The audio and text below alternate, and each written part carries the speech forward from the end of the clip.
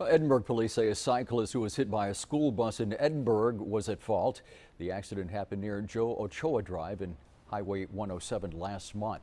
Edinburgh police say the cyclist failed to properly cross the intersection. Police said the South Texas ISD school bus had the right of way. 7 students were on the bus at the time. The cyclist was hospitalized. Police say she will be cited. Well, hundreds of students use the same intersection to get to class every day. Many of them may not know the rules of the road. Channel 5's Angelo Vargas takes a look at the law. He's live in the studio with more. Today we saw many students putting their lives at risk and they didn't even know it. It's a rush getting to class on time. Thousands of students use Joe Ochoa and 107 to get to class.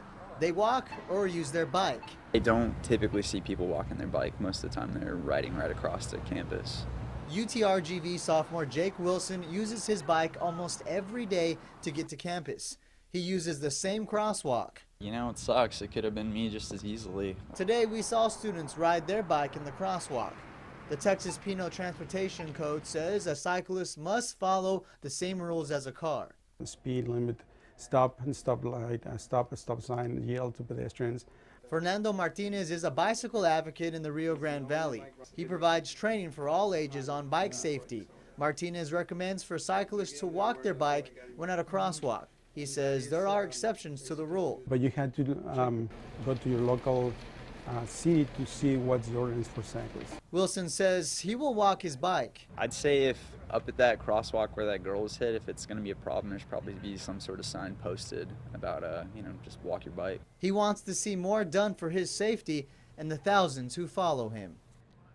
We reached the UTRGV. We learned the university does not provide bike safety training for students. Officials say they are working on safety measures. They used their statement, and here's what they said.